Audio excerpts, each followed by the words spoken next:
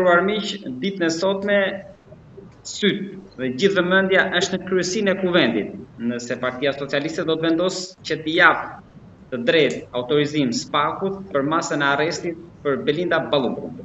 Mbledhja e Këshillit vazhdon, ka nisur me debate, pasi kryetari i grupit parlamentar të Partisë Demokratike Gazmend Bardhi ka kërkuar që të jetë e hapur. Por vendimi është marrë që kjo mbledhje të vazhdojë me dyert të mbyllura në pritje të vendimit. Për të çështje dhe të tjerat do të flasim me avokatin Gylsen Zhdima, drejtuesi për fraksionit e Reforma Reale, miku i emisionit tonë. Avokat, përshëndetje dhe faleminderit. Përshëndetje, faleminderit për. Faleminderit ju. Avokat, a mendoni që sot do ketë një vendim për Ballukun? Sot është një ditë e veçantë sepse për herë të parë Partia Socialiste dhe zoti Rama, por edhe pjesa e deputetëve të Partisë Socialiste njihen me vendimin e tyre për herë të parë që nuk lëshojnë askënd përpara drejtësisë së tyre, të cilën e kishin të reformuar pas 2016, por e kishin të dhënë tek zoti Dumani 2022-2025 dhe në fund fare sot shikojmë që Partia Socialiste nuk ka koherencë fare me ato çfarë kishte thënë më përpara qytetarëve shqiptar.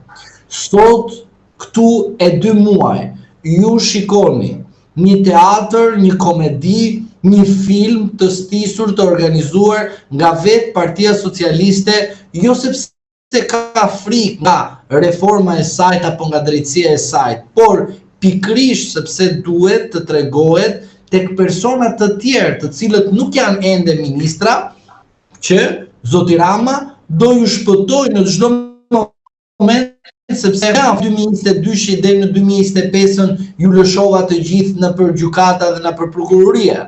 Pra, mesazhi që zoti Rama kërkon të përcjell tek njerëzit e tjerë, çfarë është? Që unë po ju mbroj. Pse po e them këtë gjë?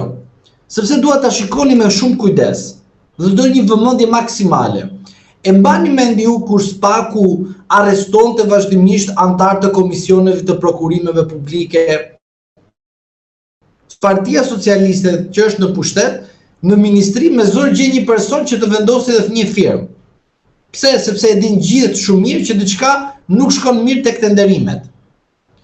Por për shkak se kjo gjë është imponuar dhe është impaktuar edhe në pra në Këshillin e Ministrave, zoti Rama bën një lojë të bukur. Çfarë?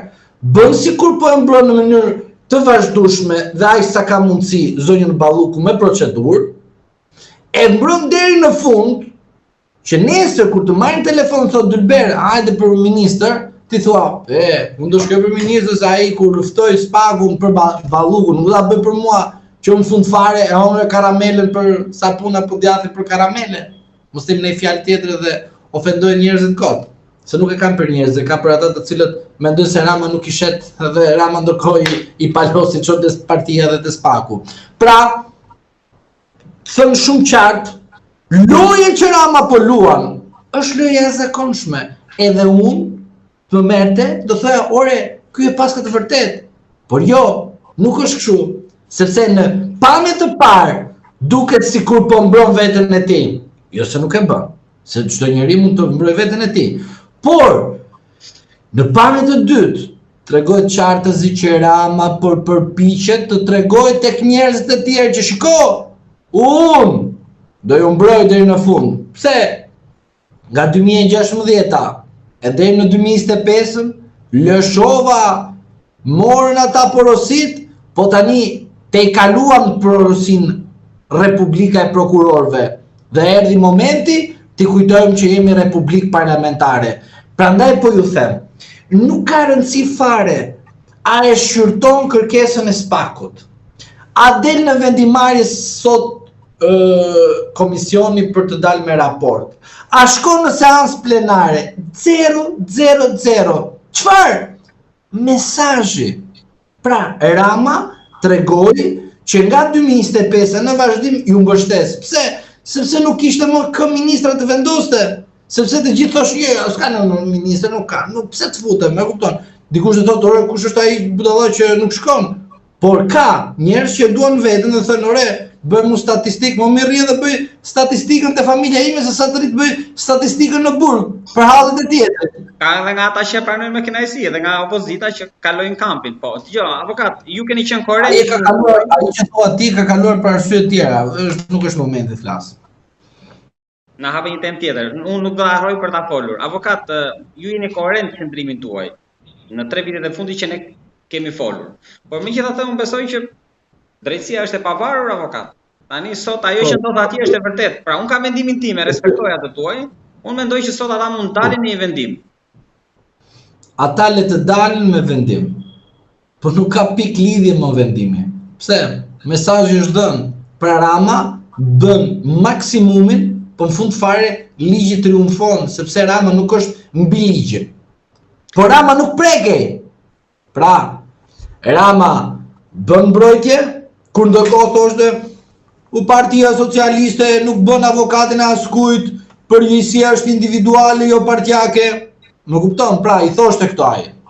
Edhe Ameta i ku Aratis, Velia u fut në burg, Beqa u fut në burg për politikat e Edi Ramës, pra ti jemi realist, Beqa edhe sikur të kishte bërë diçka të palishme, përsëri ka qenë në mbikëqyrjen e kryeministrit. Pra do të thotë, nuk mund të ketë faj vetëm njëri. Ju po thoni që u fut mandat për fondet e Bashkimit Evropian, jo për sterilizim.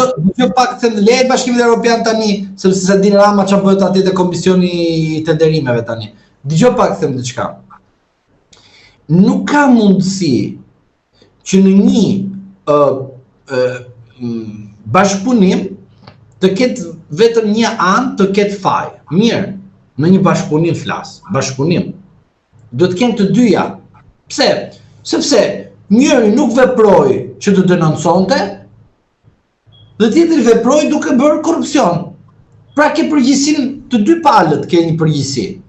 Kur flasim tek bashkëpunimi dhe të marrëveshja, pra unë ty të vendos në një institucion. Tani nuk ka mundësi zotëri që tek ky institucion, nga ky institucion të më dalin të gjithë që kanë hajdut. O, unë nuk jap drejtimin e dur dhe i them, o çuna vidhni sa t'ju haje shpirti. Mirë. O, unë jam i paft, se nuk ka mundësi që Beqaj, Hametaj, Baruku, prit një sekond, Tahiri, Veliaj, por të gjithë këta që kanë bërë, pra këta të gjithë e dashkan politikën për të qenur hajdut, nuk mund ta perceptoj dot. Avokat, po çfarë ke ti tani se asistentët e tu mund gabojnë? Po të marrni shembull, nuk e di. Jo më rjo, faj ke ti sepse po nuk e kapet parin, kapet dy ti çfarë punë bën aty kur nuk di të ruash balancat dhe kur nuk di të kuptosh, sepse ke parasysh diçka. Në çdo vend të punës, a ka spiun? Pa ndales. Pra, ti më thua që te Këshilli i Ministrave dhe te ajo godina aty, Rama nuk ka spiun?